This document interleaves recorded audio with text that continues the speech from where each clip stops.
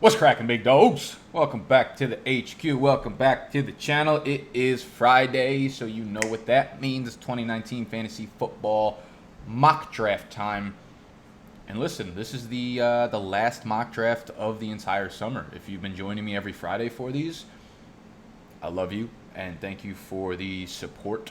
This has been an incredible summer, but this is the last time I will be drafting on Draft.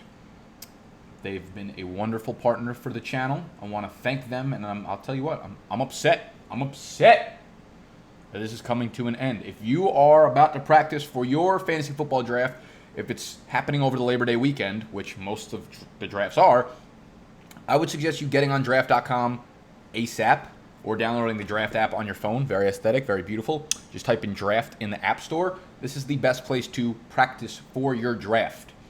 Draft.com, download it.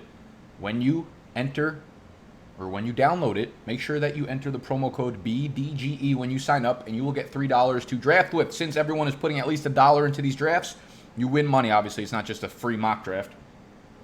Everyone takes it seriously, so you will get a very, very realistic draft of what your 2019 fantasy football draft will go like. This is the perfect sequence of events because I am the 105. This is a 12-team draft. They randomized it. I am pick 105, and I'm about to go off on David Johnson and how you should absolutely not be taking him in the top 5. We'll wait till it gets to my pick. I hope someone else takes him so that I can make fun of them. Wow, his name's Large Dick Nick. That's really mature. I invite my friends into these drafts. Anyone who adds me on draft.com, once you sign up, you can go to your profile. You can add people, and my username is right here, Nick Ercolano, and I'll invite you to drafts throughout the weekend if you do sign up and use my promo code. Do it. Make my fucking day, Large Dick Nick. In other terrible news, I've limited my Monster intake to only during the AM hours. Ooh. So we went Devonta Adams at 104. We're going to fade David Johnson at 105.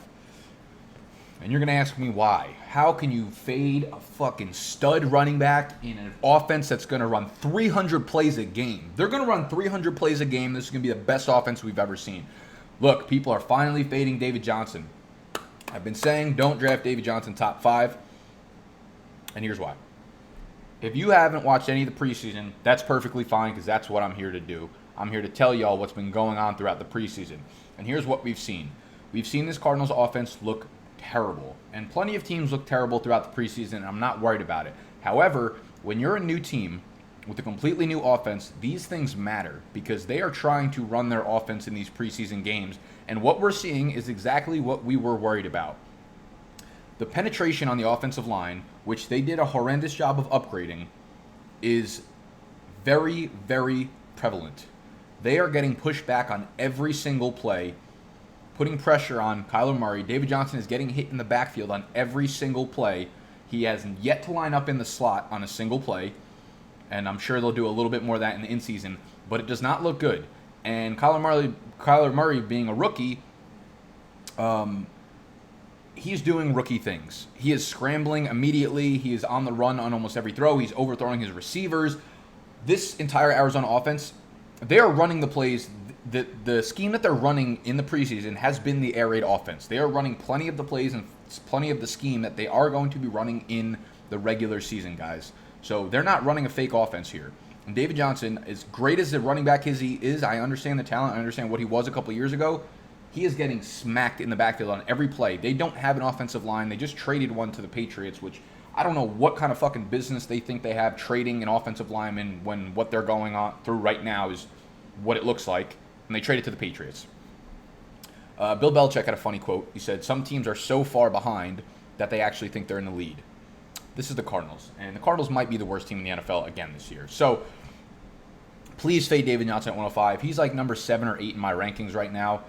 Which you can get at BigDogsDraftGuide.com, which is my entire season-long prep for y'all, which is on sale right now. It's going to be on sale through the end of August, so if you're waiting for a discount, now is the time to grab it. Or you could subscribe to me on Patreon and get my live streams during the season. Let's talk about some other news.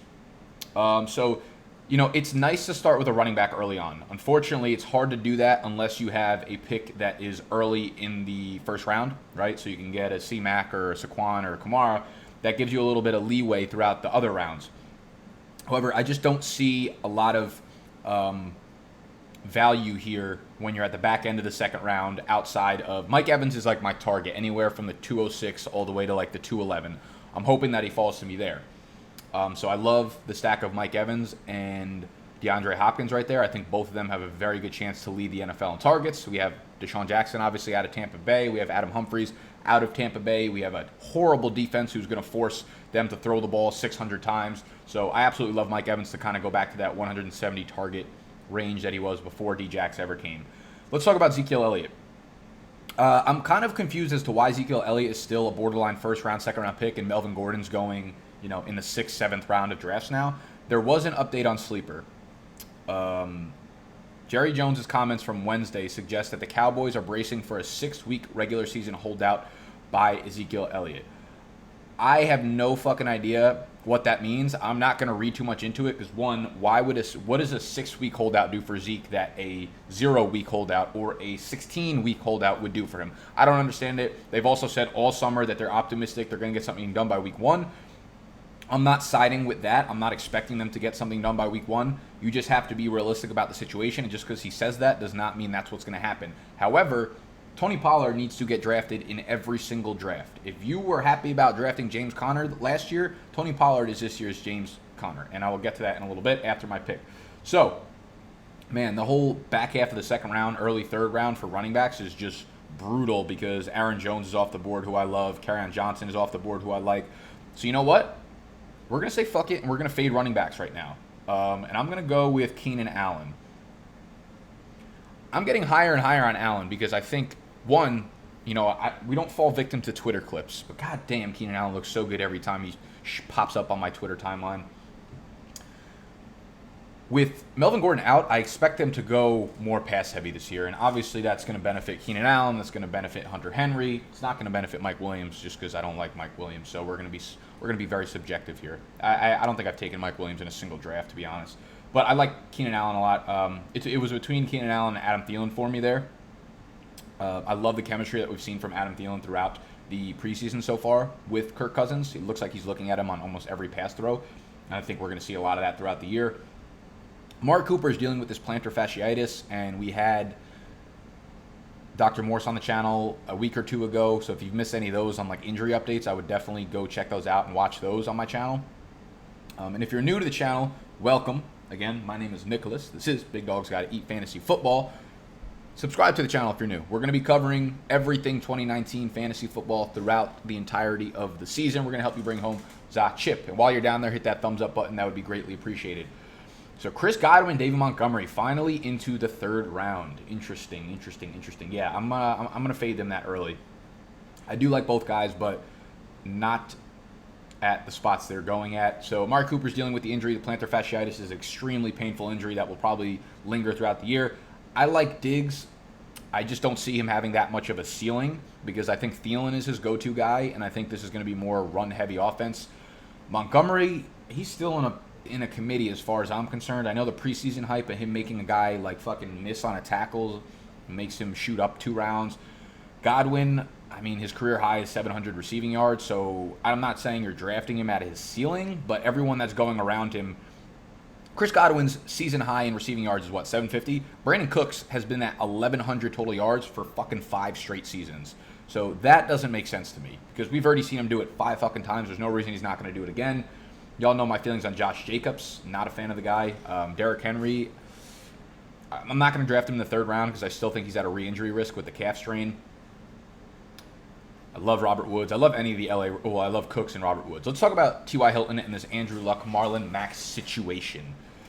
So, Andrew Luck retires out of nowhere. This Saturday was the Big Dogs NYC draft weekend, and we're working on the vlog right now, so that will be up by Monday. Hey, let's go. Sony Michel fell to me here. Love that. So I don't have a running back yet. 408, I'll be honest with you, in a 12-team league, I would be looking at Patrick Mahomes here. Had I maybe diversified and I got like a stud running back 1, 2 wide receivers, I would think about Patrick Mahomes if I had Travis Kelce or Tyreek Hill to stack it. But we're going to go with Sony Michel right now. Sony Michel has looked very, very good this preseason. And it is by far and away his job to lose. He has looked really good. They're going to run the ball into the ground. And Sony Michel has league-leading rushing touchdown upside. So We know Dr. Morse also said that the injury concern for Sony Michel on his knee is not that serious. He had a knee scope maybe 2 months ago. Back end of the 4th round, I think Sony Michel, early 5th round, is a very, very, very good value, especially if you faded running back. I mean, you didn't even have to fade running back. I just think he's a great pick here because he's probably going to score 10 to 12 rushing touchdowns. He is the big running back guy. Burkhead's not really going to have a role. James White will have his pass-catching role, but they're talking about getting Sony Michel more involved in the passing game. I just think overall this offense is going to be a lot more run-heavy than people expect. They have their other first-round pick, Isaiah Wynn, coming back from the injury, who was actually picked prior to Sony Michel last year in the first round. A lot of people forget. People don't forget.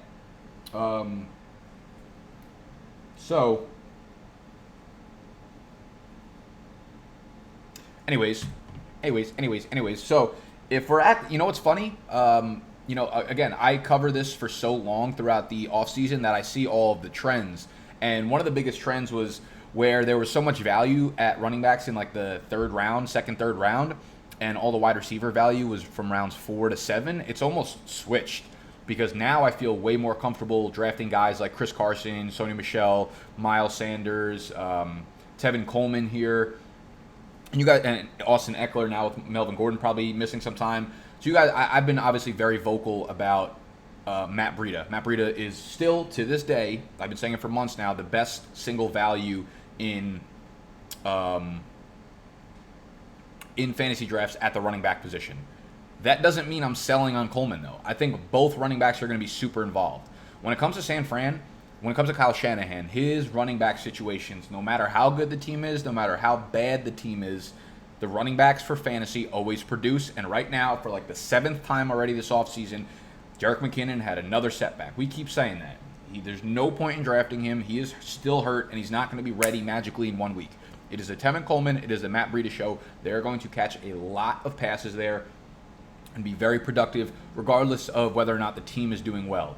Both guys have looked good. I will invest on both guys. I don't care if it's a season long. I'll grab both guys. I probably, in best ball, since this is best ball, for those of y'all that are unaware of what draft.com is, you don't pick kickers. You don't pick defense. This is half PPR. It starts the best player at each position each week. Or it's one quarterback. You can see the starting lineup here. One quarterback, 2 running backs, 3 wide receivers, and a tight end. So you're drafting a large roster. This is 18 rounds. Again, no kickers, no defense. So that being said, with best ball, right, it'll start the 3 best wide receivers that week, 2 best running backs. I tend to stick away from handcuffing because that caps your upside. I shy away from drafting players on the same running backs on the same team at least. Stacking wise, you want to stack quarterbacks with tight ends, quarterbacks with their wide receiver 1 or the wide receiver 2. I'm always in for that, and I'm hoping that Duke Johnson, I forgot about him because his ADP is so far down. I'm hoping Austin Eckler falls to me since I went running backs late. I'm going to need to pad them a little bit more. I'm hoping Eckler falls to me here. I would be fine with one of the top I got to wait till pick 608. Definitely not getting him. Eckler, I'd be cool here. I think Phillip Lindsay's kind of becoming a value in the late 6th round just because how good he is as a talent. I can't believe A.J. Green is still 65th overall.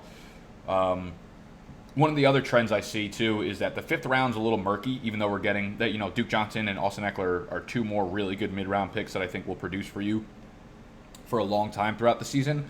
But the tight end position, I think it needs to be a fade in the early rounds. I get a lot of questions about Travis Kelce in the 1st or 2nd, George Kittle, Zach Ertz in the 2nd, 3rd. The way the drafts are set up this year, the value of tight ends seems to be at its peak in rounds 5 to 6. Oh man, all my best players are getting taken. I hope Aaron Rodgers falls to me here so that I could stack him with MVS, who I fucking love. And Aaron Rodgers gets sniped. Beautiful. So I'm gonna be sitting on my ass like a schmuck now, not knowing who I want. I like Jared Cook. I might there's not a lot of good tight ends that I like here. I think 6'8" is too early for Jared Cook when there are, Curtis Samuels and some other good players on the board still. Let's see.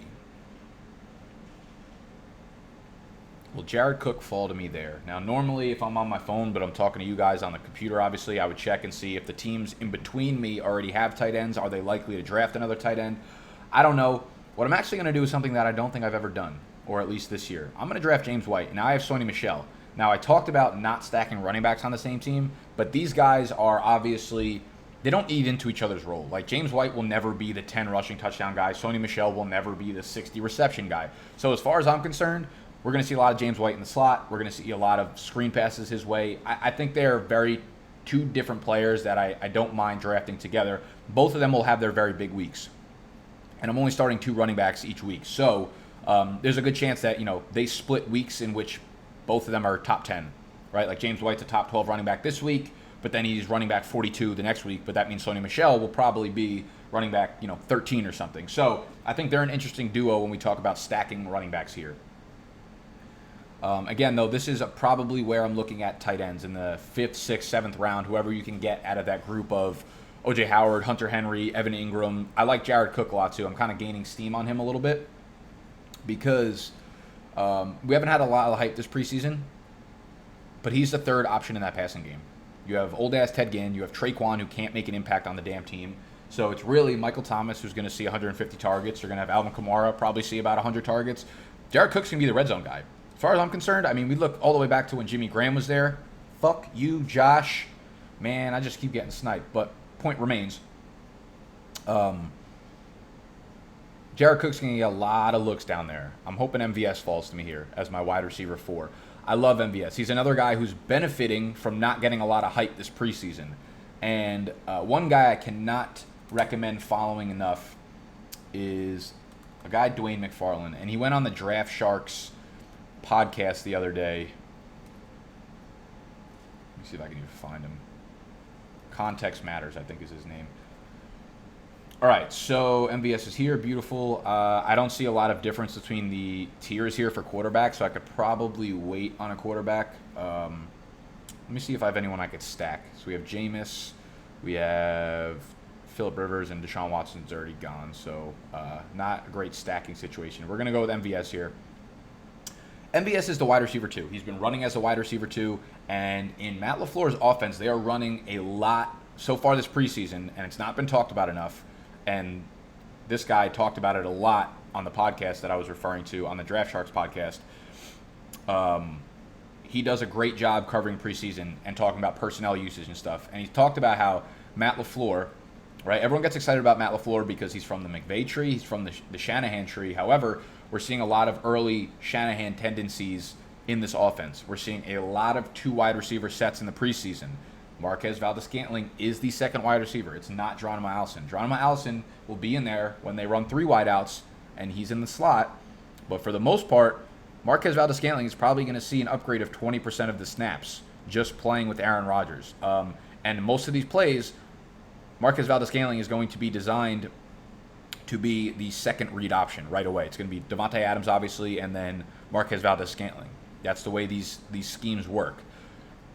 On top of that, you have Jimmy Graham, who's, going to be a check down guy for Rodgers, but I don't think he's looking to settle for those kind of check downs. And then their 2nd tight end, I forget who it was, is pretty much purely a blocking tight end. So he's out of the receiving corps.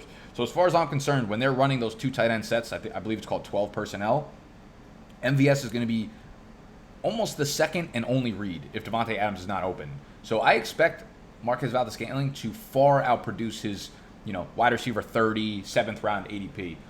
Wouldn't shock me to see him crack 900, 1,000 yards and around 8 touchdowns. And that's incredible value as your wide receiver 3 or 4 or flex play. So MVS, he's a must-draft player for me.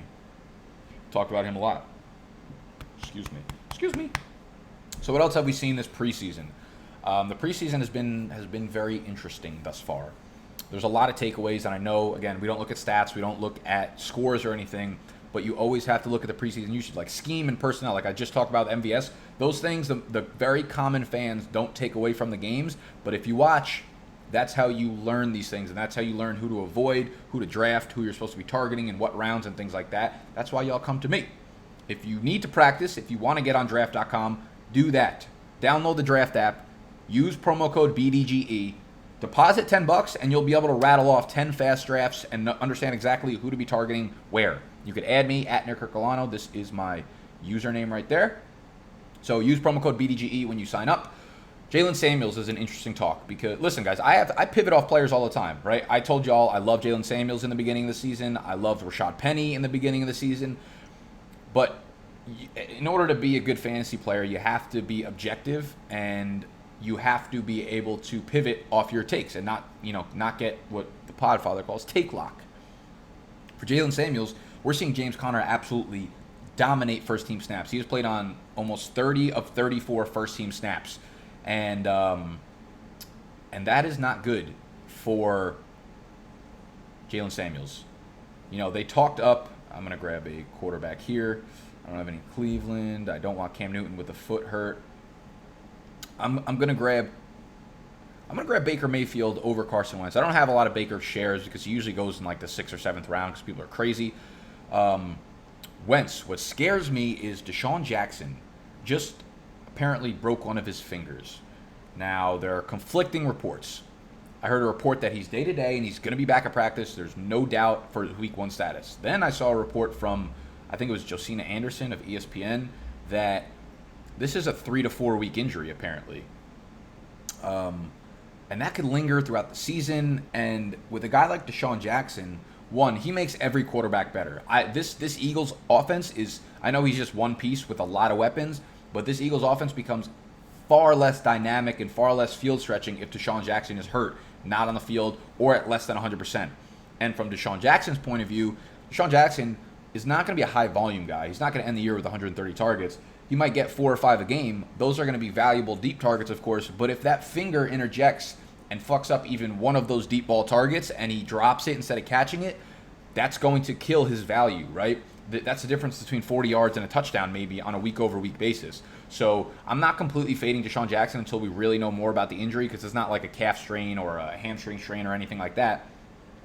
But it's something to be weary about. And that, like, for instance, is the tiebreaker between going with Carson Wentz or Baker Mayfield. And that kind of scares me a little bit. Great snipe on Tony Pollard. Like I said, if Zeke is out, Tony Pollard has run 100% of the snaps with Dak Prescott on the field. He needs to be your target in 9th round of fantasy drafts everywhere. Like, you need to be, and if you want to pull the trigger on Tony Pollard in the 8th, I'm way okay with that. I'm gonna go with Royce Freeman here. I totally timed out, wasn't paying attention. That's unfortunate. I didn't grab a tight end. I probably should have grabbed Njoku there. Sorry, y'all. Just giving y'all the fucking breakdowns. So Tony Pollard, is in a fantastic spot to succeed right now.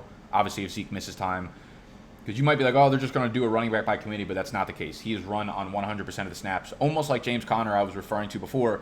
He's played on 30 of the 34 snaps with the first team. He's seeing passing down work. He's seeing the short yardage work. We kind of thought Jalen Samuels might see more of the passing down work, but that doesn't seem to be the case. Samuels has looked very good in his own right. Like, when they're giving him the ball, he's making guys miss. He's looking like a good runner, but it doesn't look like he's going to get that opportunity to really showcase that. So, as far as I'm concerned, James Conner has moved very far up my board very quickly. I believe I moved him over Joe Mixon. I think they'll have a very similar workload, and I'll take the guy in the better offense, behind the better offensive line. Him and Dalvin Cook, I think, becomes a very, very good argument. So James Conner has moved up. Rashad Penny is very clearly behind Chris Carson. It's not even close anymore. We saw Chris Carson go in the, I believe, 3rd round, and Penny's now in the 9th, whereas just a month ago it was like Carson in the 6th and Penny at the end of the 6th. So things move quickly, and again, guys, I've been following all of these trends. So if you need something quick to digest that you could literally just bring to your fantasy draft this weekend, Big Dog Draft Guide is currently on sale. We chopped all the prices. The season-long guide is only $20. It was $30 a couple days ago. It's got all of my rankings, the big board. It's got sleepers, busts, guys to stay away from, must-draft players round by round, injury reports from Dr. Morse on every injured player. We got tools, market share, consistency, the BDGE Bible, which is updated after every preseason week. The way I'm explaining shit to you right now, I write a big article after every preseason game with the biggest takeaways. It's literally everything you need for your 2019 fantasy football draft. So go cop that now on BigDogsDraftGuide.com. Also, make sure if you're gaining some information, this is valuable to y'all. I would very much appreciate just a quick thumbs up down below. Take you 2 seconds. Lets me know that the time I put into these videos is worth it. And then I can move on with my life. So, we are through 9 full rounds. Kyler Murray, he's not someone I'm completely fading, but I think at this point I would take Lamar Jackson over Kyler Murray. I just hate what I'm seeing in Arizona. And I can't wait for all you guys to comment about how David Johnson's just going to be a beast and should be top 5, and then he's not going to be top 5 at the end of the year. And then I'm about to say, like, I told you so, you fucking assholes.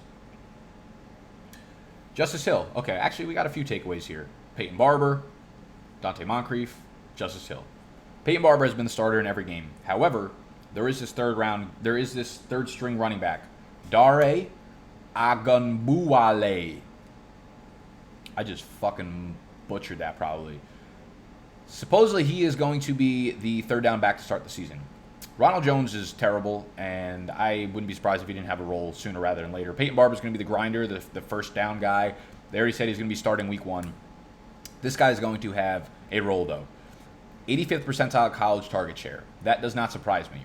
It's very possible that as a team who is going to be trailing a lot and throwing a lot, that the third down running back becomes valuable. So I'm not necessarily drafting Dare, but this guy, can't pronounce his name, but he's a name that you have to have on your radar. So maybe next time around, I should learn to fucking pronounce his name. How's that sound? Cool. Thanks. Good talk. So, we've stacked the running backs pretty well here for fading the position. Michel, Coleman, James White, Royce Freeman. I'm still going to go Justin Jackson because from what we know right now, Melvin Gordon is probably going to hold out 8 games.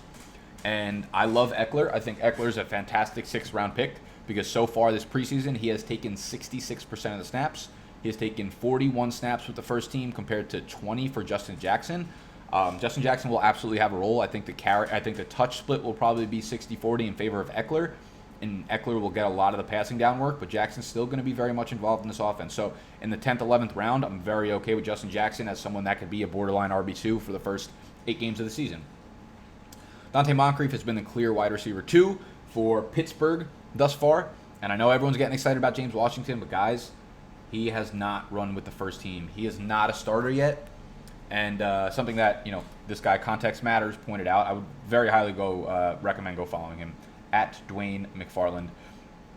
He pointed out that James Washington is not starting, and when he gets on the field, he is playing the exact Juju Smith-Schuster role. So his path to getting on the field is behind Juju. That's not good news.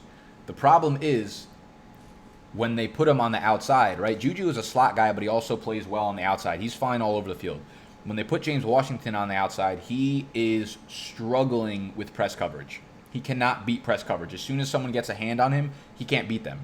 So he needs to be in that Juju slot role in order for him to produce and succeed, and he's not going to be in that role ever. He's not going to be on the field. So as far as I'm concerned, it's Dante Moncrief on the outside. When they go 3 wide receiver sets, it'll be Dante Moncrief. It'll be Deontay Johnson, the rookie. I'm not high on him. He's not someone I'm looking to draft. Maybe in best ball later on because he'll have splash weeks. But for right now, we're going to go with a hell no.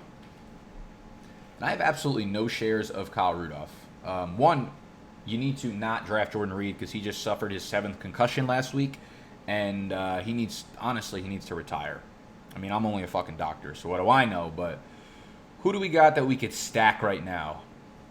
Baker, man, I got no. Actually, I can go Rivers and Keenan Allen. I don't hate that, although I would just much rather have Kirk than Keenan. Do I need a tight end? Yes, probably. I'm actually going to go with Crowder here. I think Crowder is a great value right now for a few reasons. There's a very good chance that Crowder fucking bowls out in the beginning of the season. One, because obviously Chris Herndon is injured. I mean, not injured, but he's suspended for 4 games. 2, Robbie Anderson suffered a calf strain recently. And we know, guys, mid to late August muscle strains are a fucking killer for players. This, you know what? I wasn't very high on Robbie Anderson. He's not a player I was avoiding or targeting per se. But this pretty much knocks him off my draft board, and I want to see if we have any updated news. But a calf strain at this point in the preseason, we just saw Derrick Henry miss a month with the calf strain. This is... What's the latest? What's the latest on my boy? Calf injury. All right. Well, there's nothing like concrete yet, I don't think. But I know he missed practice yesterday, and he's probably going to be out 100% until their week 1 game, which is about 1, 2, 3, 4, about a week and a half away. That's not enough time to properly heal. These muscle strains usually need between 2.5 to 4 weeks, if not longer, to properly heal. If you push it, you're going to end up re-injuring yourself, and that is my concern for Robbie Anderson. If that's the case, that obviously means that Jamison Crowder is going to get more looks, especially with Chris Herndon out for the first 4 weeks. However, I've been taking a ton of Chris Herndon. I'm a huge fan of the TJ Hawkinson, Chris Herndon stack because you can get both guys very late. I'm getting to the point where I like Chris Herndon enough that I'm okay actually drafting him in season long and having him sit. He is suspended for 4 games. They have a week 5 bye, so he can't actually play for you until week 6 of fantasy. But I think the upside and what he's going to return when he finally does come back to the field is going to be incredible. Because one of the takeaways from this preseason has just been how damn good Sam Darnold has looked. Sam Darnold has looked incredible. And I'm actually excited to see how this offense runs, man. Because they have looked good. Sam Darnold's looked good. He looks like he's going to take a big step up. I'm going to draft Lamar Miller here. One of the homies in the draft. Let me actually show you the draft board from the Big Dogs Gotta Eat weekend.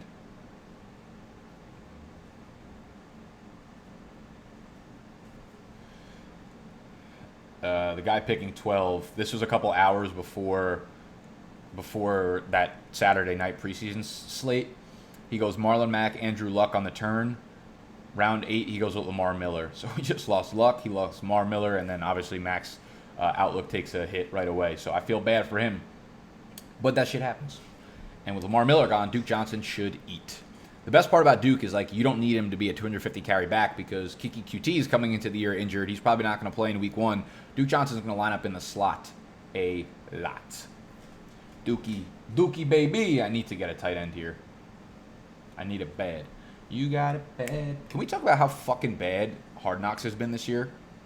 It's been so bad. And the only thing I wanted to happen was for Josh Jacobs to be all over the fucking TV because I wanted people to hype him up. Be like, oh my God, did you see him just fucking run around a cone? Let's fucking get him in the second round now. James Brockman, you mother. I gotta refrain from cursing. I curse way too much. Bitch. I want no Delaney Walker. I will take Kyle Rudolph here. Only because the guy Context Matters kind of convinced me about Kyle Rudolph on the podcast yesterday. I honestly don't remember the details, but I remember hearing it and being like, fuck, I should probably diversify a little bit on Kyle Rudolph. I think it was the scheme. They're running Gary Kubiak's scheme. I know Kevin Stefanski is there, but everything they've shown this preseason so far is that it's Gary Kubiak's offense, and that's the personnel that they're running with, and that favors tight ends and that favors Kyle Rudolph. So Rudolph's a guy, I think Irv Smith is really talented. And I think Irv Smith will eventually eat into the starting lineup, and I think he'll start taking away some of Rudolph's production. This is where you need to be strategic with your tight ends. If you're drafting 2, think about a guy like Hawkinson or Goddard, right? Hawkinson's a rookie. It might take him a few games to start producing, although I think he's ready to go. We saw that in preseason. He looks very, very good. Hawkinson, might take him a month to start producing in a rookie role or receiving role to see his snaps increase. You know what I'm saying? So when you draft a guy like Kyle Rudolph, these older players tend to produce at the beginning of the year and then kind of fade off because their stamina is not there, right? And that's where a good segue between Kyle Rudolph and a younger player like Goddard, who's also dealing with a calf strain, and I don't know if he's going to be ready for the regular season. So we got tight end 1. I might just go back-to-back, bite the bike, and grab TJ Hawkinson here. Let me see if there's any value left on the board. I love me some Rashard Higgins here, and I do have Baker Mayfield, so I might top that off, to be honest. I should grab a quarter. There's a lot of guys I should grab. So you know what? We're going to fade tight end right now because I think there are more valuable positions on the board. Will Rashard Higgins fall to me? He's pretty far down there. I'm not going to get to it. I'm going to time out. Hey, snipe. Got him. I bet James Brockman wanted Rashard Higgins, you mother sucker. Rashard Higgins, man, I've been drafting him so much, and I could look like an asshole, but he's looked very good this preseason. He's running all the snaps with the ones with Baker Mayfield, and I have Baker Mayfield on my team, so I really like that stack. He's the number 2 outside guy, and Baker Mayfield is very accurate outside the numbers, and that's why I like this combination, because Odell is going to take all the coverage off of Rashard Higgins. Jarvis Landry is going to be running up the middle, but Rashard Higgins is the number 2 outside guy, and I think whoever that is going to eat in this offense. I liked Antonio Callaway, then he got suspended for the first 4 games, which leaves an opening for Rashard Higgins. I think Rashard Higgins is a good season-long pick as well, man. But I like him in best ball because I really think he's going to have some big weeks. So there goes all the fucking quarterbacks that I should have taken. Now, who is left? I'll just take Andrew Luck. Fuck it. No, I think I would take Jacoby Brissett over these guys. I think Jacoby Brissett is now going to be undervalued for the next week or so because people are still trying to figure out who he is. But he is a good deep ball thrower. He is an accurate thrower. But he has the best weapons group and the best offensive line and the best scheme around any of the guys that you're going to see here. Derek Carr, this offense might be horrible. I don't believe their offensive line is very good. I think outside of AB, they don't really have any proven. I like Tyrell, actually, but they don't have any proven weapons outside of just 2 wide receivers. Nick Foles, I want nothing to do with this Jacksonville offense. Andy Dalton, terrible offensive line. Also, his best weapon, A.J. Green, is hurt. Jacoby Brissett, T.Y. Hilton, Devin Funchess, Paris Campbell, Marlon Mack. An extremely good offensive line. If you just look at the situations, like none of them are going to be that much better than the other ones, but if you're just looking at situations, you might as well go with Jacoby Brissett here in that like 22 to 27 range. Know what I'm saying? Know what I mean? Skirt. I like Darren Waller here. He was going to be a guy I grabbed as my tight end 2. Someone that got some hype from Hard Knocks. Shout out to Darren Waller for really opening up on Hard Knocks, too. He was like literally like I was a dope head while I was playing in the NFL. That's crazy, man. Good for him. I'm glad he battled back because he looks like a beast, and I think he's primed to break out. Good pick with Damian Hillard. We're going to grab Jacoby here as the quarterback, 2. And depending on the makeup of the team, again, guys, this is best ball, so depending on how you draft your team, you have to look at where you want to spend your roster spots because there's 18 spots. Do you want to go with 8 wide receivers, 5 running backs, 3 quarterbacks, 2 tight ends? What I'll do is I'll figure out where my weakest positions are, and I'll load them up via volume. So right now I know my tight end 1 was Kyle Rudolph, so I'm probably going to have to draft 3 tight ends to hope to make up that production. Wide receivers, I typically end up going 7 wide receivers, 6 running backs because you only start 2 running backs, but you start 3 wide receivers. And these are things to consider when you're drafting in your season-long league as well. I will take high upside wide receivers in the 8th, 9th, 10th, 11th round over handcuff running backs. Like, I'm not looking to take Alexander Madison over, I don't know, a Deshaun Jackson or a Curtis Samuel or anything like that. Obviously, their ADPs are a little bit further apart now, but that was a big thing in the beginning of the summer. I will always take because that's the problem. It's like when you draft an Alexander Madison, you know, he's going to be the first guy that you drop because he's going to get 3 carries the first game, 5 carries the next game, and then you're going to be like, fuck, I need roster room if someone gets hurt or whatever, and he's not producing, so you don't really need him on your roster.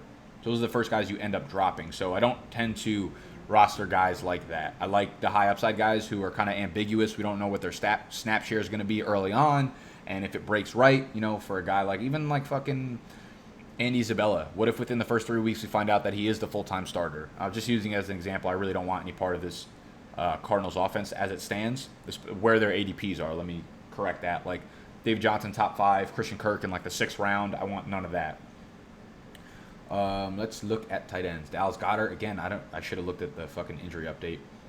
I'll go with Goddard only because I faded the position and he has like league-winning upside here if something happens to Ertz.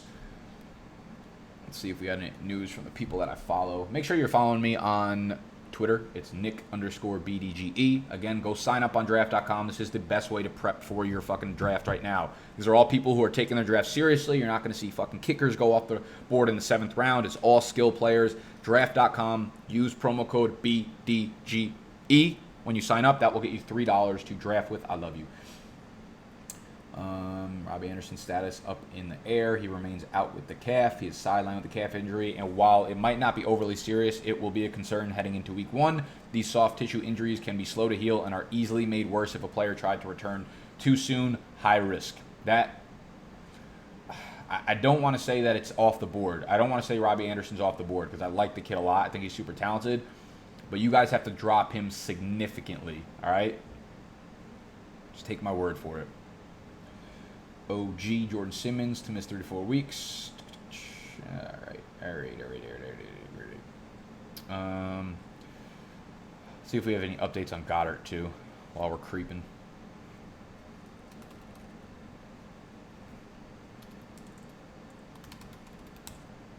I haven't heard a damn thing about him since.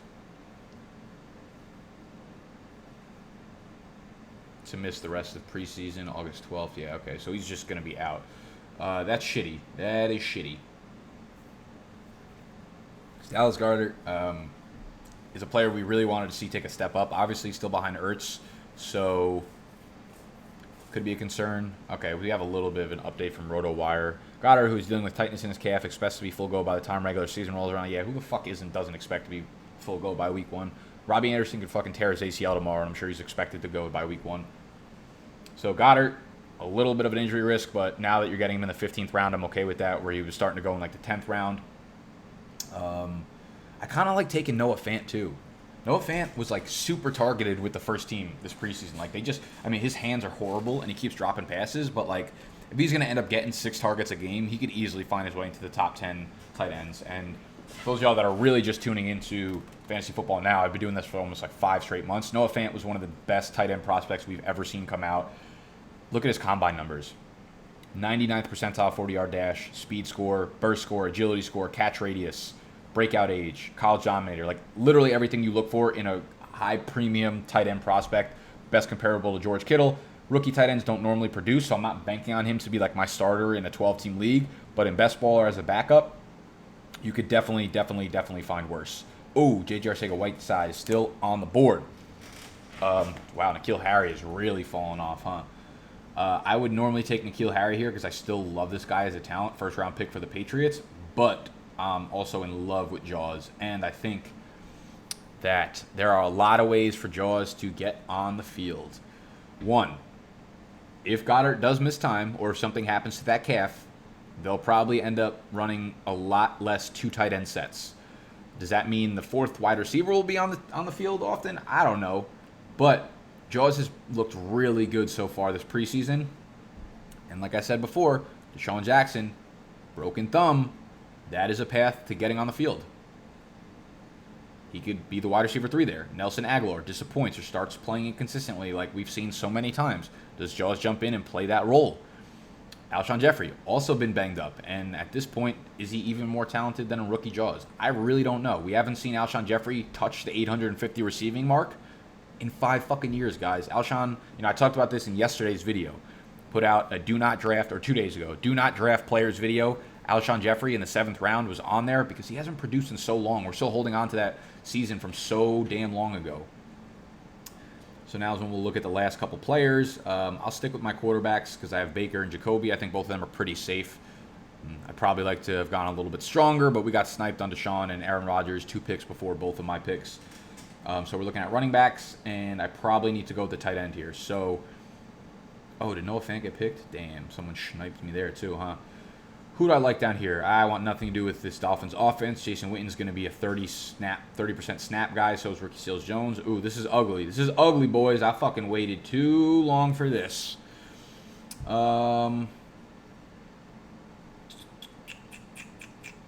Shit, I guess I have to go with Mike Gesicki here, right? He's going to be the only guy that's actually on the fucking field. That got ugly quick. So, point being, maybe don't wait until the 13th round to grab your tight end in best ball drafts, boys. Lesson learned. Bridges burned. Gesicki sucks. All right, so we're almost about to be on my last pick. Let's talk about some of these late round running backs. Nope, Jarrett McKinnon. I'd be surprised if he played more than 6 games this year.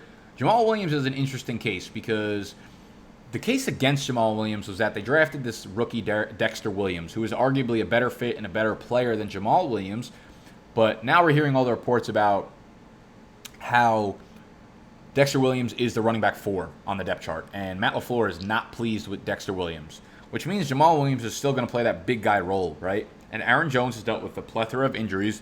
If Aaron Jones goes down, we saw the type of role that Jamal Williams took over towards the end of the year last year, and it's not inconceivable to see that happen again, man. Like down the stretch last year when he took over, he had 17 opportunities in this game, 12 carries, 5 targets. Then he had 24 opportunities the next game, 21 touches. He went for 151 yards. So he kind of balled out in those games when Aaron Jones was gone. And that could be the case just because Dexter Williams fell so far behind in the depth chart.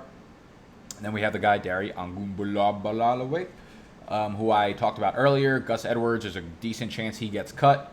Darrell Williams, he's at the RB3 in that backfield at best if he makes the team. Ooh, okay, so I was actually going to go with Dari there, but we'll let him slide. Jay Jai's not even on a fucking team. Burkhead, I don't even know if he has a role.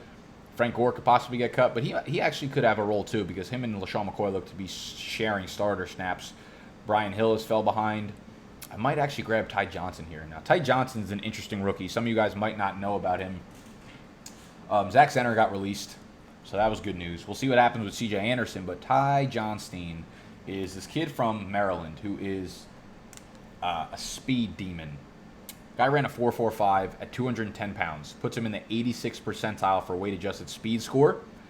He's a guy that didn't produce heavily at Maryland, but he is explosive. He has good size, and if you're worried about Kerryon Johnson, I think Ty Johnson very well could take over this role behind C.J. Anderson and work his way into like an 8 to 10 touch role by the end of the season.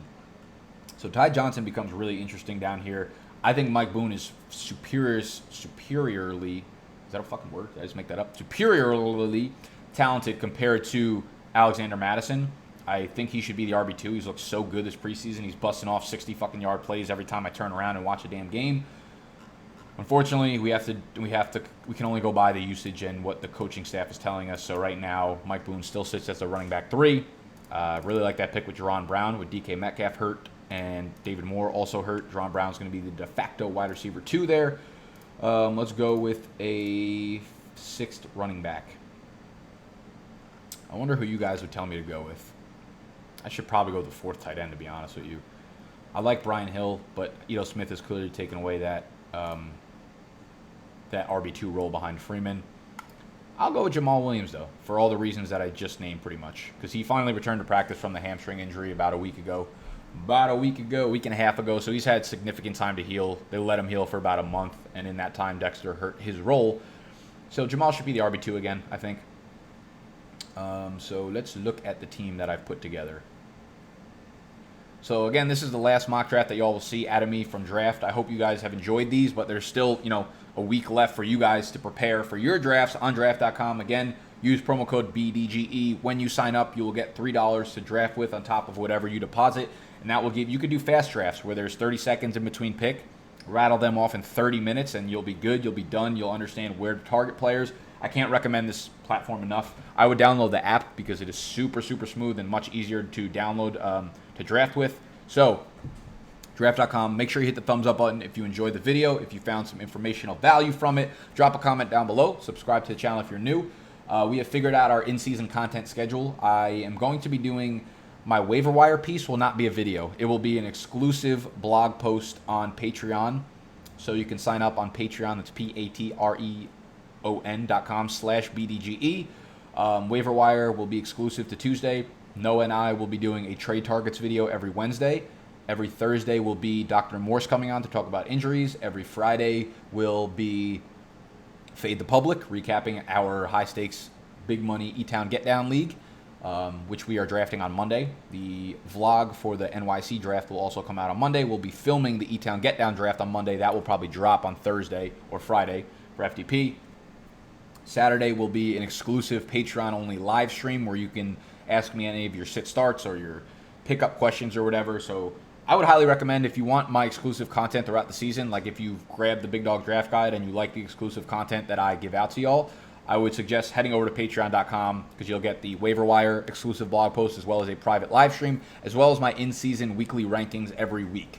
You'll get all of that on patreon.com. The final team, Baker Mayfield and Jacoby Brissett. Pretty weak at quarterback, but I like the skill positions I have. At running back, we have Sony Michel, Tevin Coleman, James White, Royce Freeman, Justin Jackson, and Jamal Williams. At wide receiver, we have D-Hop, Mike Evans, Keenan Allen. Oh, I love that. Marquez Valdez-Scantling, Jameson Crowder, Rashard Higgins, J.J. Arcega-Whiteside. That's just too strong. I honestly should have taken a running back or another tight end here because my wide receivers are already strong as fuck. Tight ends, Kyle Rudolph, Dallas Goedert, Mike Gesicki. Gonna need some help there. But that's the final roster. I hope that y'all enjoyed. Again, if you did, hit that thumbs up button. Go sign up on draft.com. That's all I got for you. Until next offseason, the drafts will continue. Goodbye. Actually, let me find where the fuck I close this out.